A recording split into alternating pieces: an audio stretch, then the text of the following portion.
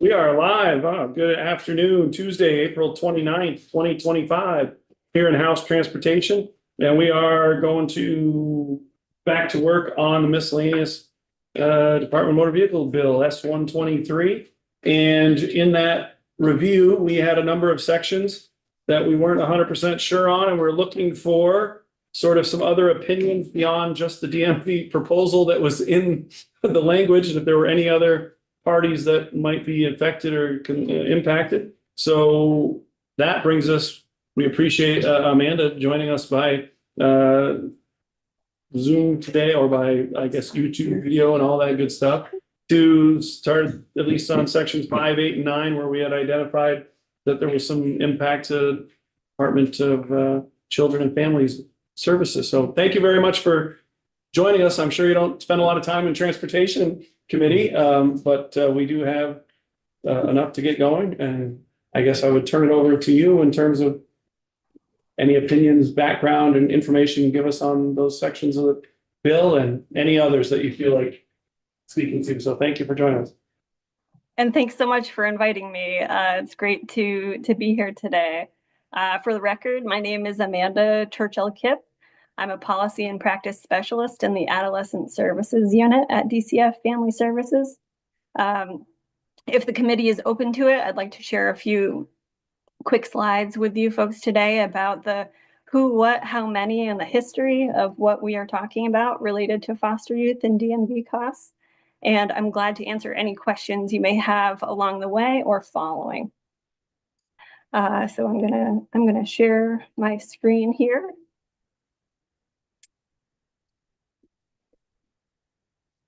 Can you folks see that? There we go. Yes. All right. I'd like to start by providing some basic information for you about adolescent services at DCF and the population we are serving. There are currently 208 youth ages 15 and up in foster care in Vermont. These youth have been in DCF custody for an average of 27 months. They live in foster homes, group homes with their parents independently all over Vermont and also out of state. These youth will be adopted, returned home, transition to another state agency, or become independent at age 18. And then a small number will stay open for services for a time. DCF has a statewide contract that provides voluntary transition and aftercare services for youth ages 14 to 22. This program is known as the Youth Development Program, or YDP. YDP case managers provide a high level of individual support to youth around their transition to adulthood goals, which frequently include obtaining their ID and driving credentials. I've included some YDP outcome data here as an FYI to give you a sense of how foster youth in Vermont are doing generally. YDP has a flexible funding budget for supporting this population, and they do provide considerable funding for youth transportation needs, especially around driver's education courses, driving practice, car insurance, and vehicle maintenance. DCF is required by federal law and state policy to assist all youth in custody to obtain their identity documents and driver's licenses. YDP provides considerable support to us in this work, and it remains a challenging administrative task for a number of reasons. In the last legislative session, a crossover budget memo from HHS recommended waiving DMV ID and licensure fees for youth under age 24 who had experienced foster care. House Transportation asked DCF to testify about the need at that time. We shared our support for the proposal, but in committee discussion, there was a question about whether sorting the logistics of this work could happen between state agencies and without statutory changes. And to that end, DCF has been partnering with the DMV this year to identify ways for this population to more easily obtain their identification permits and licenses.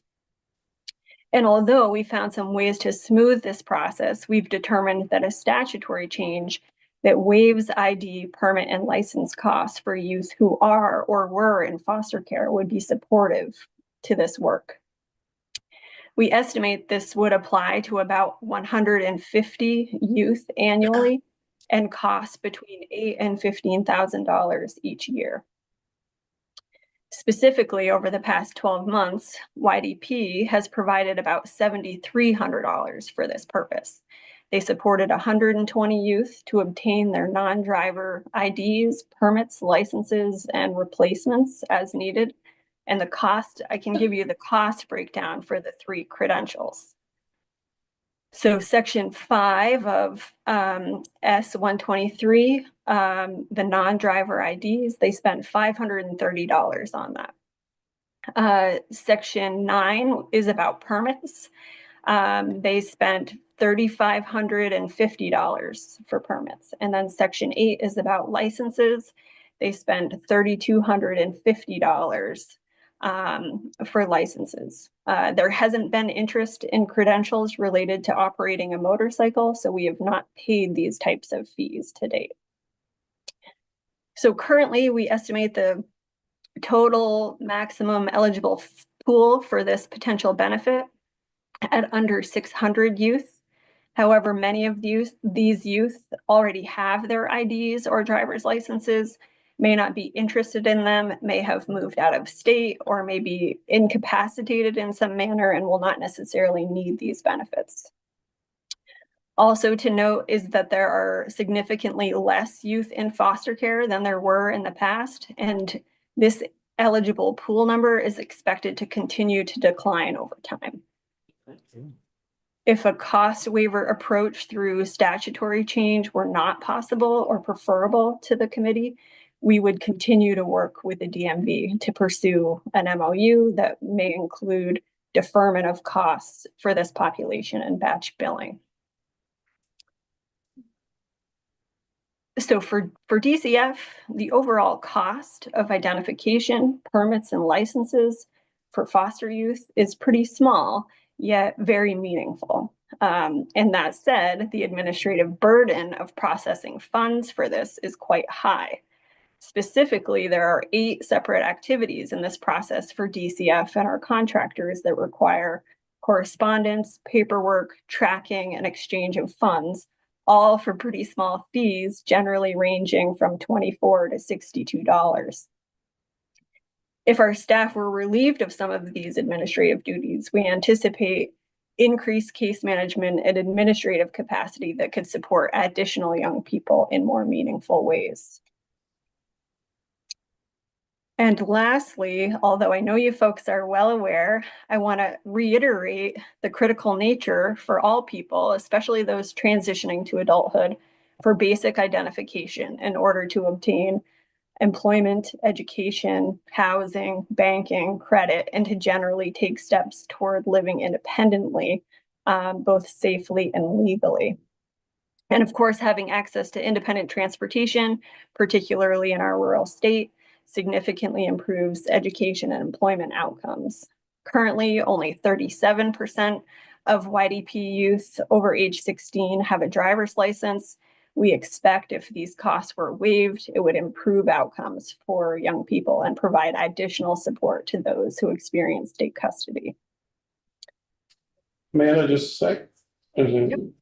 Just a quick question, I think this is, a great program where we can help out, less vulnerable. But my question is when these youths transition out of DCF, if they're having a hard time paying, 50 or 60 bucks for a license, how are they utilizing that license if they don't have a car? I mean, do you have another program?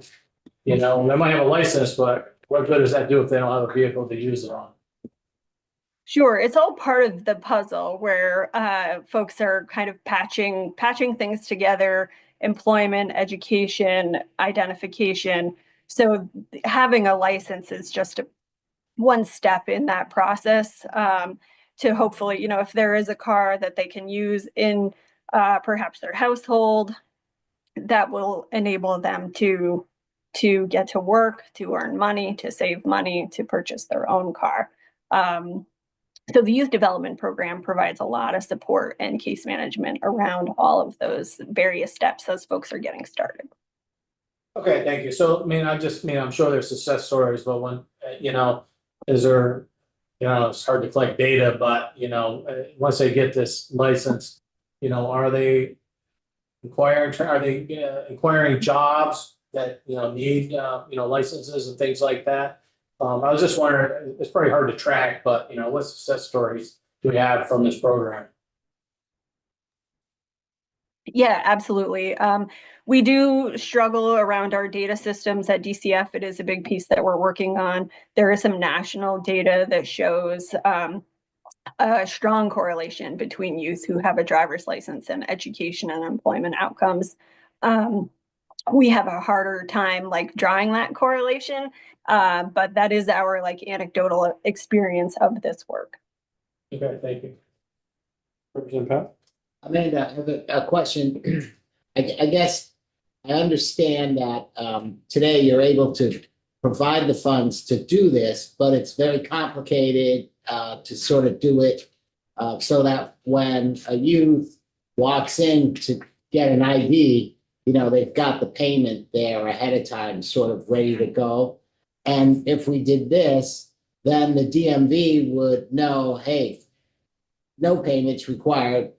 How do they know those people who qualify? I mean, how do they identify that up front? I'm envisioning that if this were to move through, most of the communication about how this process works would happen through our staff and our contracted partners. The DMV has been working on, as you folks likely know, a new point of sale system, and they are taking all of this into consideration around how we would flag this eligible population in that process. I also envision that we would certainly need an MOU with the DMV that provides a data sharing agreement, and we would be providing lists of eligible, pool, potential beneficiaries for this resource. So are you envisioning that when somebody goes in to get an ID,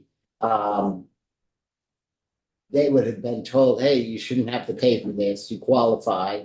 And when they go in, is there somebody from DCF with them, or they would just say, I qualified for this, and the transaction at the window would be seamless? Is that? Yeah, I think that is one way that it could work. I think that we were also looking at ways where, for the most part, a lot of this could happen through the DMV's like online system, and that youth would be, flagged through that process. But yes, there will also be times where youth would need to be at the DMV for their driving tests, for example, or if there's some accessibility concern where that is a preference.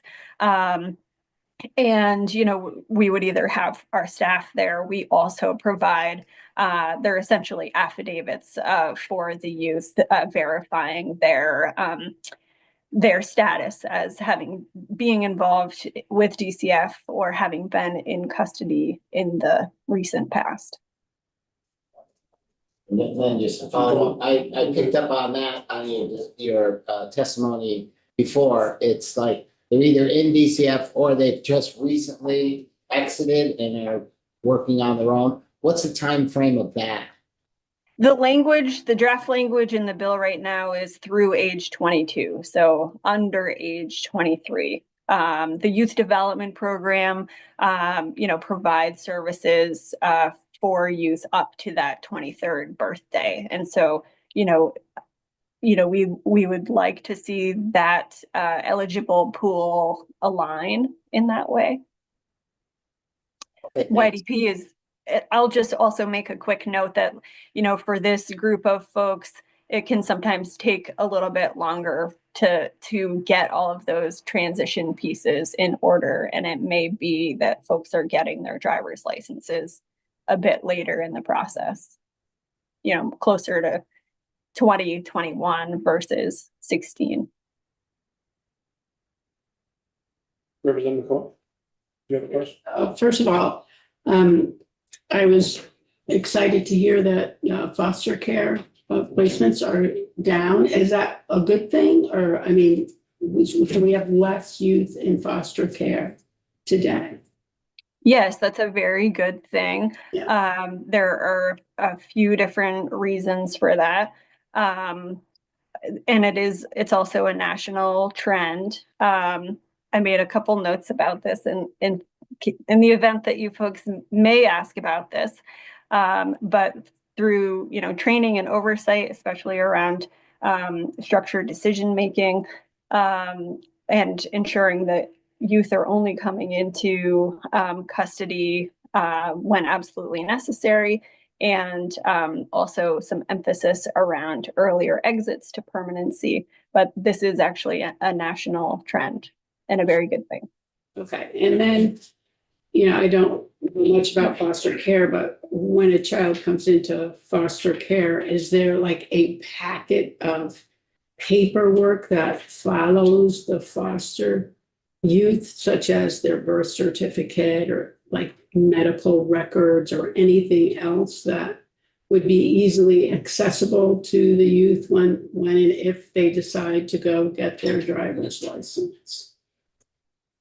That's a great question. That is the ideal scenario. That is our hope when youth come into care, that those documents are available and can be transferred over to DCF. And sometimes it is a process of collecting those documents. And we have folks in each of our district offices and also at central office that help around bless you, collecting those important documents. We do have state policy and federal requirements around doing so. Okay, great. Thank you. Yeah, thank you. So just following up on Representative Pouch's question, just trying to get an understanding of when DCF is working with these youth, how often they're taking them to the DMV and kind of going through that process in person with them versus online. And I know that DCF has a new system that'll be finished in November, so perhaps things will change once that is finished. But just trying to understand kind of the administrative commitment right now with the youth in terms of getting these pieces of identification with them. Yeah, and in terms of the administrative process, it's by and large the burden lies around moving money at DCF. So our on the ground workers need to request funds on behalf of youth, and then they receive approval for that funding, and then they pay the DMV with an agency check or credit card, and then they submit an invoice for reimbursement, and then they receive reimbursement, and then there's actually 8 steps. So then they request reimbursement from the state. So it's like that's for our contractors.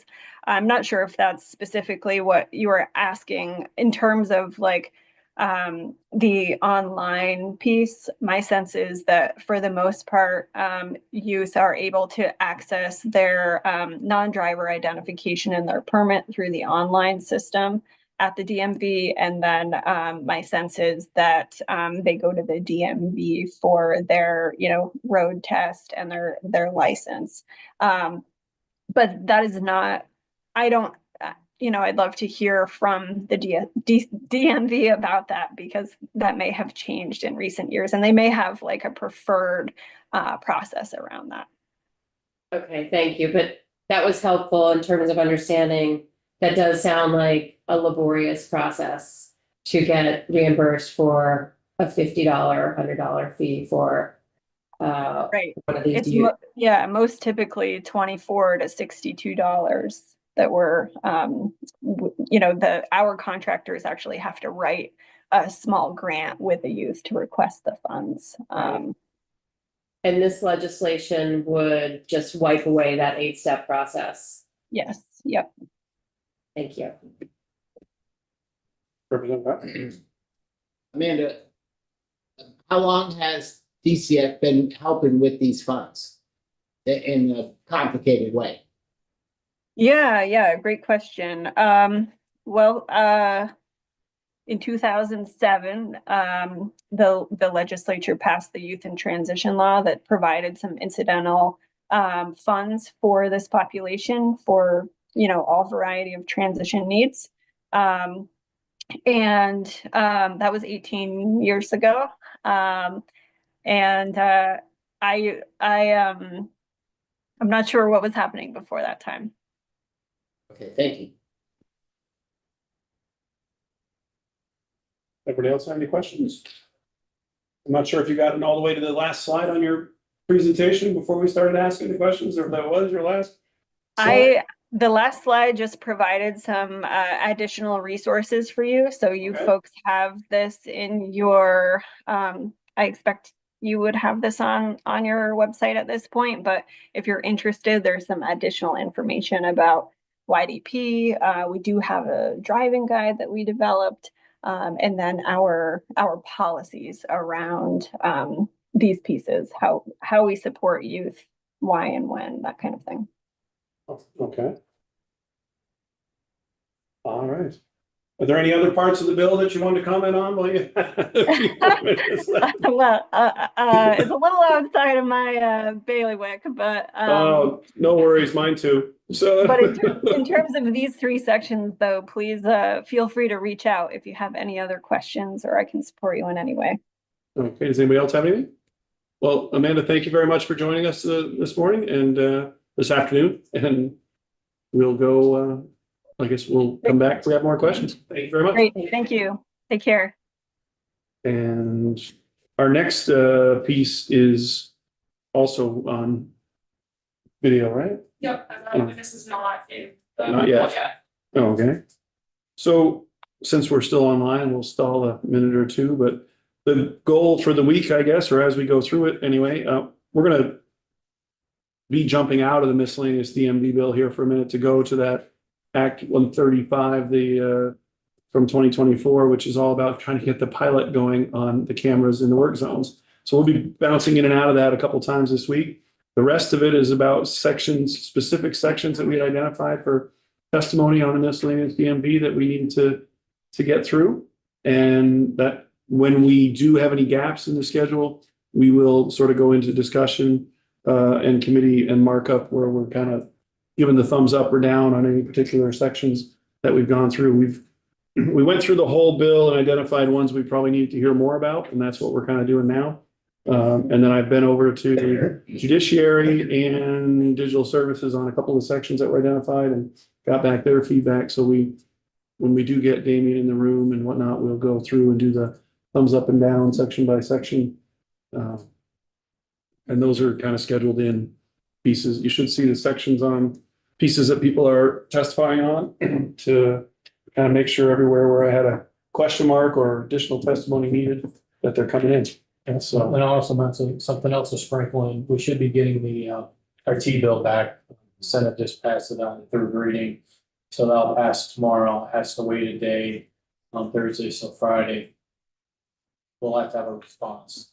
Or we can postpone it, go away action. I didn't interrupt. I'm sorry. You'll see on Thursday. You'll Oh, sorry, get, yeah. Thursday or Friday, both. We're going to, somewhere in there's a preview of what, Oh, all right. yep, but there's, Damien will give us that. and there'll be he's producing a Side side by by side. side and a bit of a piece, but that will be likely the biggest chunk of that review will be Tuesday. And Friday will be, trying to get us to a spot where we can possibly vote on the miscellaneous DMV bill, which judging by some attendance and some pieces, maybe Friday, might be Tuesday, but our goal is to get to what else we might need. And then we'll also be making a decision on the Senate bill. The Senate bill is out there on their journal. It's a lot longer than the one we sent over. The T-bill. Right. Yeah, My bad. I jumped back and forth there. I didn't make it clear. The T-bill's a lot longer than it was. Nope, and it looks like just on cue. Yeah. We're going back to the pilot project to, we have a phone a friend in the room that was a big part of the push, if need be. We were trying to get a little bit more information. Vera Mobility is the potentially, at least I don't know that it was signed, but the Yeah. potential vendor related to managing the cameras, and the idea of getting a pilot project to help with safety with workers in a construction zone that was limited only to the interstate highway system. And there was a bunch of rules around it, but we're having some struggles in getting it moved forward. Representative Pouch has been working on it. Good afternoon and welcome. I had Lou on the attendance sheet, but it looks like we brought a guest. So if you guys would like to introduce yourselves and kind of, I don't know if there's a little bit of a mini overview and then a quarter of Q and Yeah, I A can get that. piece. And so welcome this afternoon. If you want to start or you want to introduce, either way. No, they can introduce Yep. themselves, yeah. Well, thank you so. Oh, go ahead, Victoria, you go first. Sorry, Thank Liz. you. Sorry for that. Yep. No, you're fine. You're going to steal the show with your presentation.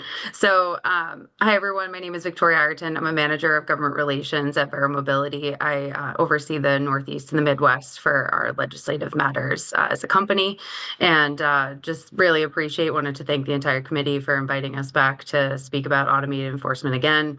And with that, I will turn it over to Lou Miller, who is truly the man with all the details on the operational side. So good afternoon. Thanks for having me. Lou Miller. I'm the Senior Vice President of Global Operations for Vera Mobility. So I work on the delivery and ongoing support of automated enforcement programs around the world for Vera Mobility and have been involved specifically with many work zone programs around the country. So happy to be here today. I do have a short presentation, primarily just to spur conversations. Want to make sure we cover what would be most helpful to the committee. So feel free to interrupt questions. I'm here to help.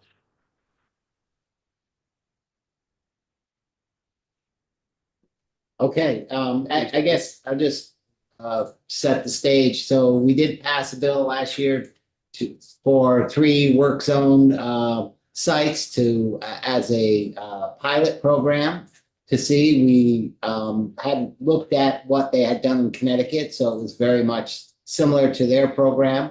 Now there's a little bit of a conflict between the Department of Public Safety and DMV. The Department of Public Safety is very concerned about the amount of time that this program would take. And so we've had some discussions of, is there some way we could modify things or not? And then we thought, to come to Vera to help us understand, some new people in the committee, how the system kind of works and what the expectations are for time commitment by Department of Public Safety.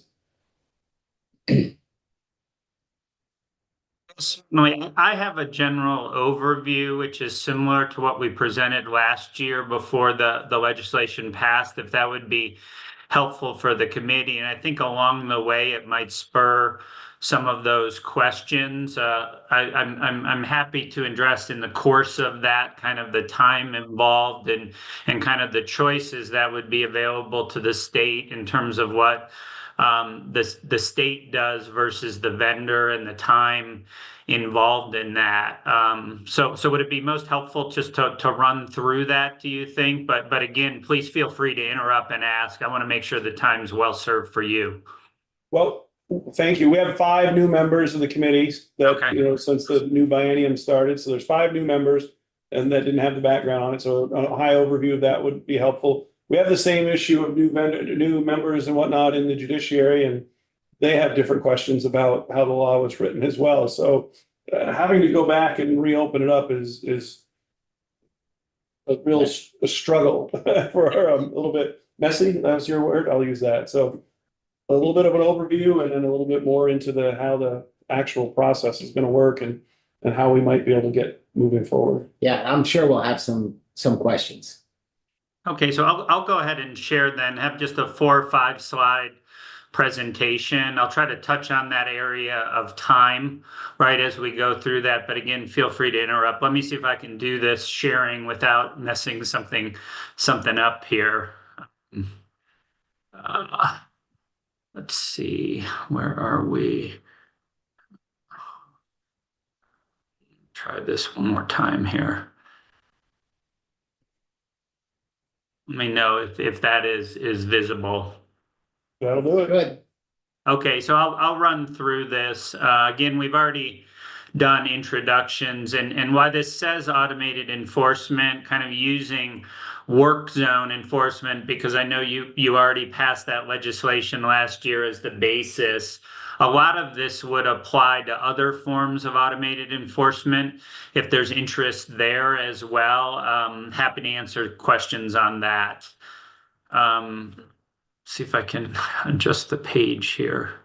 So just to touch on some highlights quickly, a work zone program or automated enforcement primarily combines roadside technology, which can be placed in many different platforms, particularly for work zones in vehicles, in trailers or cabinets.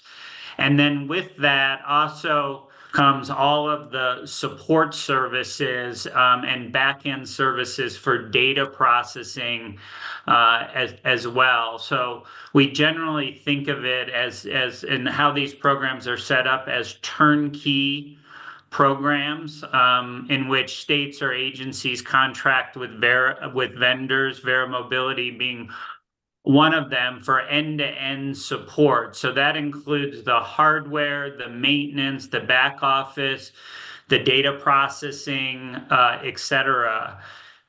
Really, the three things that a vendor cannot do, which I'll touch on, is generally while they can provide data to support, vendors, generally speaking, do not choose the locations for enforcement. Vendors do not ultimately finally approve notices or citations that go out to the public, and vendors typically do not adjudicate contested violations, but all of the other services involved in the program, which we'll get into a little bit more, can be provided by the vendor if so chosen, excuse me. And again, that touches on everything from providing the equipment, individuals to deploy the equipment. In your legislation around work zone, which is fairly typical, there's requirements around independent calibration annually of the systems and daily quality checks. All of that is provided. Data processing of what comes off the systems, the printing and mailing of notices for approved citations, and then a series of wraparound services such as customer service, which can be by mail or phone, assisting with payments, data reporting, public education, and support for the court process. For work zone in particular, how that usually works is that vendor employees would deploy to locations selected by the state, either in vehicle-based enforcement or trailer-based enforcement. They'll go through a series of quality and setup checks at that location. That would include things like putting out the required signage, warning signage. You have that in your state legislation around work zone. I think it's 2 advanced warning signs. Essentially ensuring that the deployment is set up consistent with the state statute and any other program rules put in place with the state. And then those systems would capture violations that occur, again, in compliance with the state statute, and then be downloaded into a back office data processing platform or system also provided as part of the system. Once that data, which typically includes all of the information around location, speed, time of day, etc., along with supporting evidentiary information such as the images, video is optional. You have a requirement in your statute for worker presence. So typically photos would be taken at the start and end of the deployment to document that work was ongoing. during the deployment. All of that would be downloaded into the back office system that's provided. It would be pre-processed in accordance with rules established by the state. And that's some things like what do you do, for example, if one of the violations captured includes a vehicle that doesn't have a license plate. So all of those types of rules are laid out. The vendor would typically do that pre-processing. That would also include obtaining the registered owner information. Your program that you passed in legislation last year initially imposes liability on the registered owner of the vehicle. And then all of that is forwarded in a data packet, which is a secure web-based system, to ultimately who would do at the state that final review and decision whether to issue or not issue a notice of violation. In your current statute, I think it refers to law enforcement doing that review. Certain states do that administratively. New York would be an example where employees of the Department of Transportation or the Thruway do those approvals. Other states engage law enforcement like you've envisioned. That typically, it's a very user-friendly web-based application that has all of the relevant information, the data gathered, the images, video if selected, access to the calibration certificates and deployment logs, right, to ensure correct deployment and capture the violation.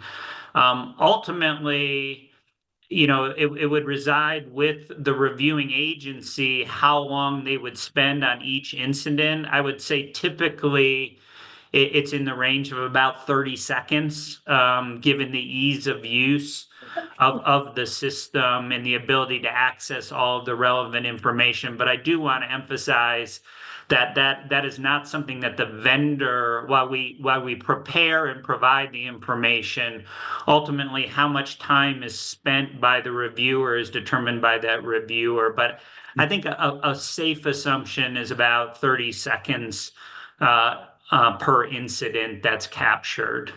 As mentioned before, there's a whole host of wraparound services, call center, written correspondence support, payment processing that can be provided. And it's pretty standard as well that the solution would include a public web portal that individuals that receive violations can access to review the evidence and make a decision on whether to pay or contest. Support for all of the statutory and other reporting requirements, as well as hearing or court support as well. I can stop there if that would be a good point to take some questions, or just wrap up. I think I've got one more slide. How does thank you, Lou. How does the Sailor and Soldiers Act piece, relevant or not, when you're ticketing a vehicle versus an actual driver?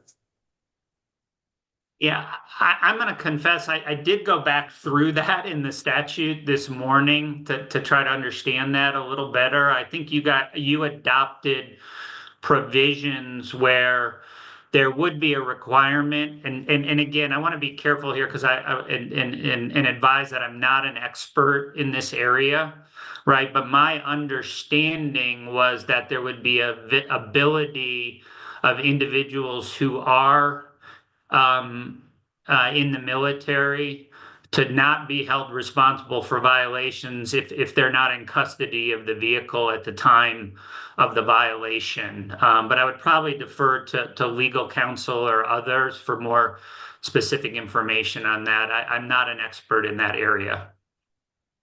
Okay. So on the toll authority piece, doing the review, or a DMV employee doing the review, they are conducting the administrative review and mailing out the violation, or mailing out the warning, or both, as an example in New York.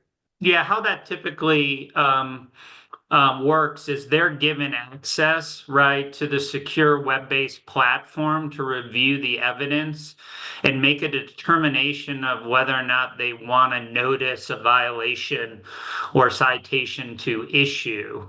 If they choose, let's say, approve, right, to issue a notice of violation based on that review, that then typically queues a notice in the back office system that the vendor provides on a template approved by the state.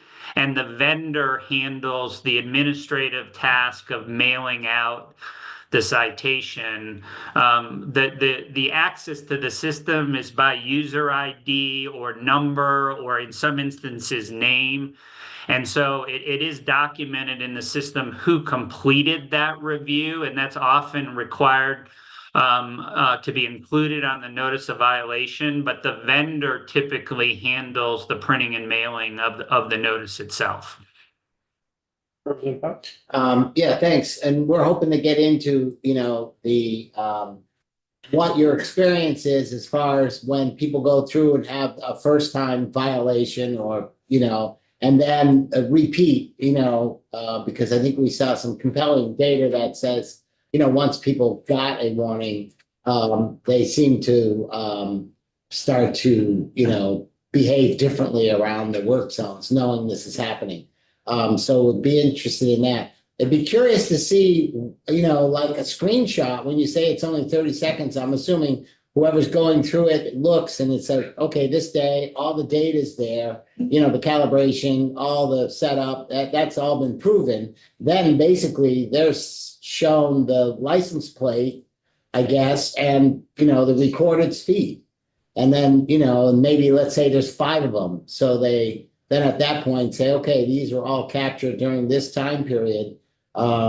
Is that why you're saying, hey, it doesn't take very long? Once you're assured that that day's data was done correctly, then the data is fairly simple. If I were to use, in some other states as an example, that the incidents that are captured in the system and the evidence presented is usually in a first in, first out basis in the application. So yes, they would say on this day there was this deployment. They'd confirm the deployment log that's provided in compliance with the state statute. Be able to view the images that that workers were present, right? If they wanted to confirm the calibration certificates from the independent lab, which is just a link in the application as well, all of that is essentially at the reviewer's fingertips, right? And then it's just a question of reviewing the data, the registered owner information that's provided in the images, and making a decision. So all of that is really, not really, it is queued up in a single page on the website for ease of use. So that's why that typically goes very quickly. A couple follow-up questions. One is, so along with the picture of the license, you do provide the owner of the vehicle. So there'll be a name there, address, or identifying feature of the actual owner of the driver. Is that correct? Typically what you would see is 2 images that were captured from the rear, right? And you do 2 images so that you can show progression of the vehicle, right? And then a cropped or close-up of the license plate, right? And then on your question on DMV, vendors, including Verra Mobility, have pre-existing relationships with NLITs, in some instances directly with state DMVs or third-party providers. And so the evidence that's presented to the reviewer will include that registered owner information, which includes typically name, address, make, model of the vehicle, et cetera, to validate that the license plate and vehicle shown in the images matches the DMV information. We would typically, as a vendor, do a pre-check on that before it's sent, right? But ultimately, all of that information is presented, yes. Then another follow-up. One idea, as I said, the pushback, this bill is passed, but the pushback from Department of Public Safety is they're concerned about how much time all this is going to take. I mean, I think there was a statement like maybe it's going to be 1,000 a day, tickets. So one idea that came was that, hey, maybe we add a step to the process. Today, it's a 3-step process. The Department of Public Safety issues a warning, hey, so that people are warned. Then after that, they're ticketed. But there was a discussion about adding a step where we have the vendor send an educational, I'll call it warning, but not really a warning, just saying, hey, this vehicle, to send it to the owner of the vehicle, here's the data showing that was seen speeding in excess at this work zone. Is that a possibility?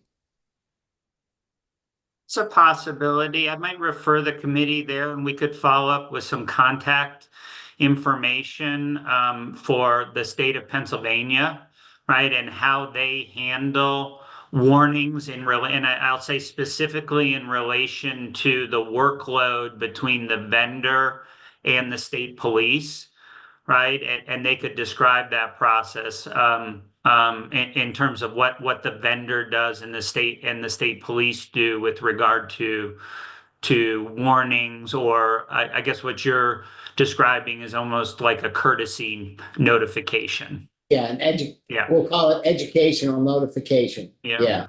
The one thing I would caution the committee then on is that if you have a tiered fine structure like you have under your legislation, there is some legal impact to that first notice, right? Because it's a condition precedent to then within 12 months receiving a fine carrying notice.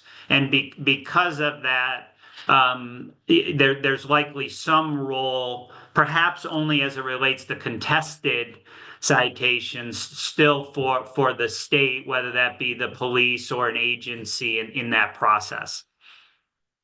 Okay, thanks. Representative Keiser has a question for you. Yeah, thank you, Mr. Miller.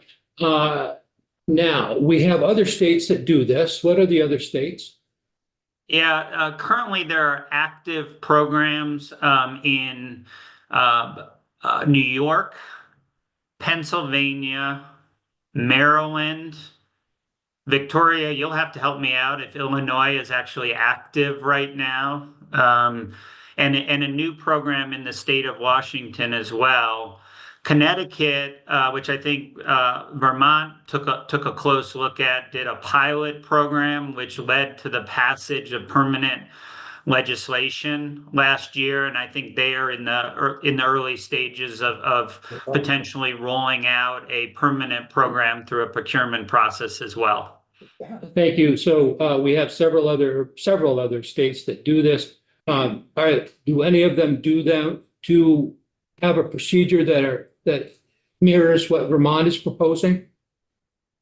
Yeah, when I look at your structure, which includes the tiered fines, a warning with a grace period, I believe from reviewing the statute, there's a 30-day grace period as well. The closest comparison would be Pennsylvania to how you've structured your program. Okay, thank you. And so then one last question. In Pennsylvania then, do we have an idea how long it takes to process a single unit of one of these things? Yeah, I want to be careful. I don't speak for the state police that does those reviews on behalf of the DOT, and it's the Turnpike Commission as well in Pennsylvania. I think, I think it's consistent with what I mentioned around time before, but would also be happy to follow up with committee with specific contact information for the state of police so they can confirm that for you. So then you're telling, I'm sorry, I didn't hear that then. There was some indication of the amount of time it took to process a unit? Yes. I indicated that I think on average, if you look across programs, under a minute, 30 seconds, I think I mentioned before would be a good approximation. I want to be really clear though, that that's not a vendor role. So that's ultimately up to the reviewing agency to decide, but I'd be happy to provide direct contact information for the state police in Pennsylvania, and they could confirm that as well. Thank you. You're welcome. And I'm gonna let you go to the last slide, but one of the questions, we want to clarify is, and it might be hard for you to sort of give us an estimate of what people see when they don't really have an enforcement system necessarily at work zones.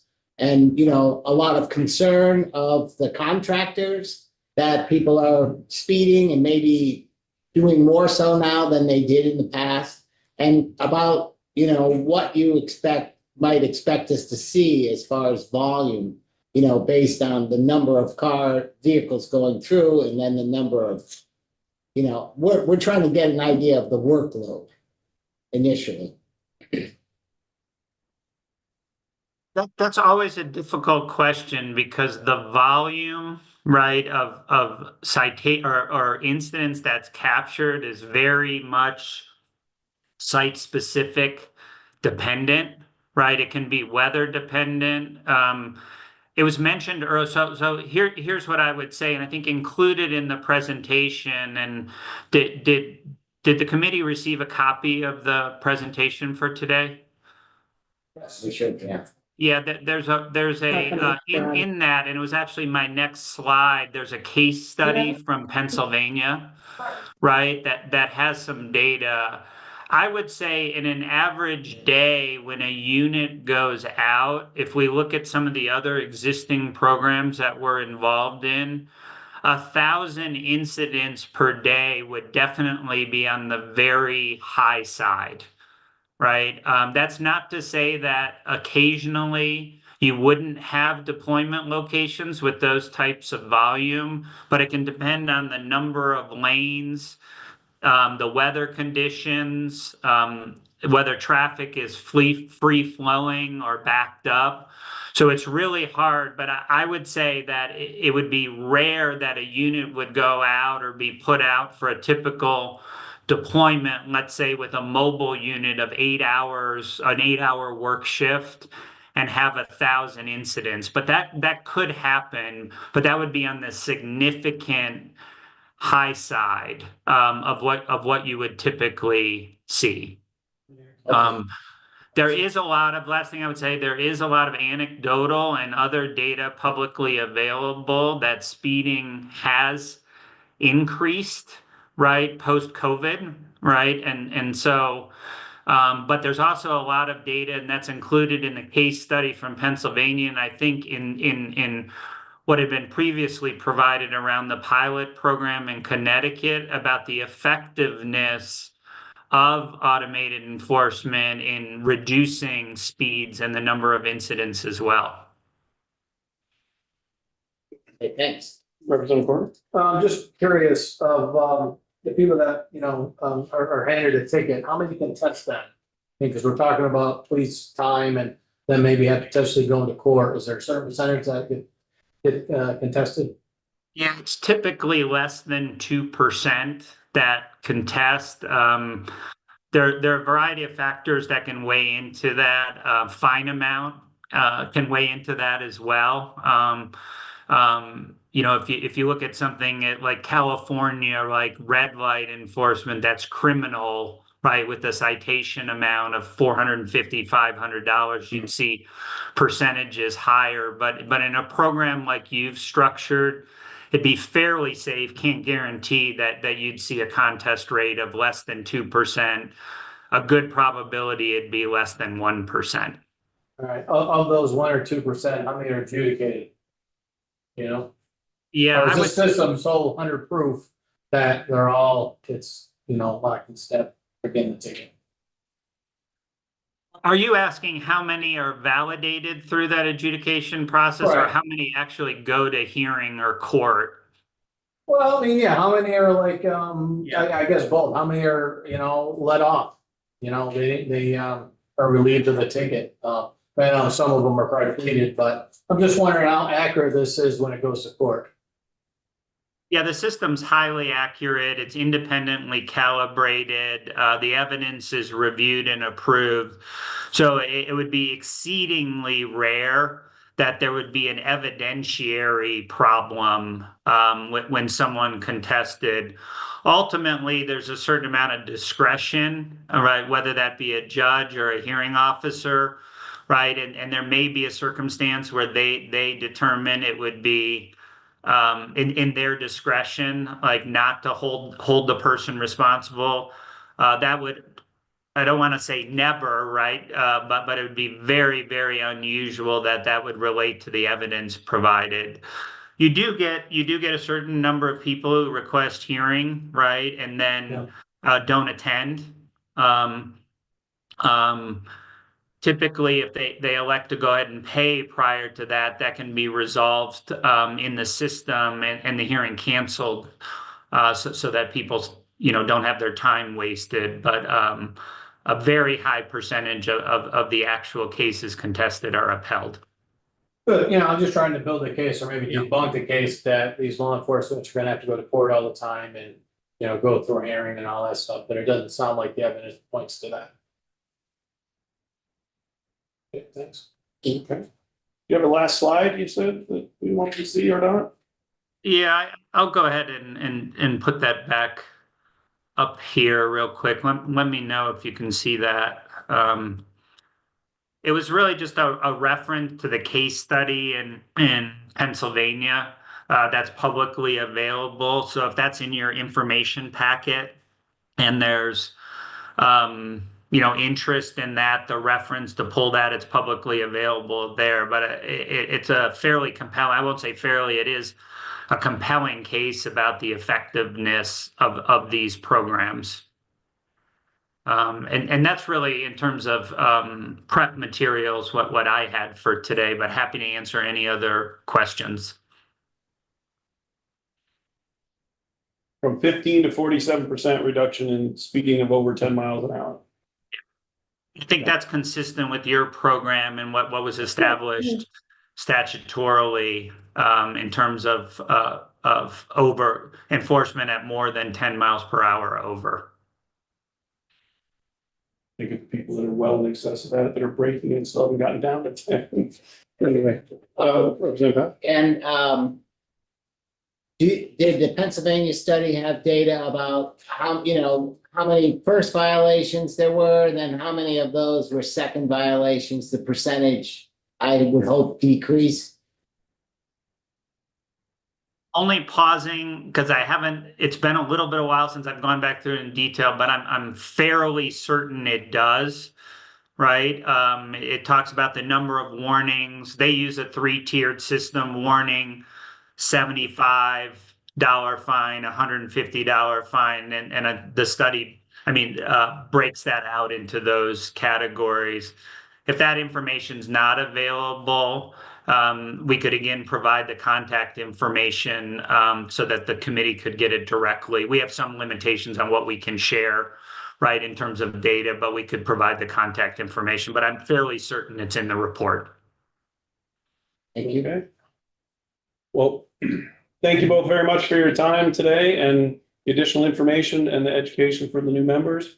We're certainly still very interested in finding a solution to make it work. And it sounds like administratively there's a lot more options there.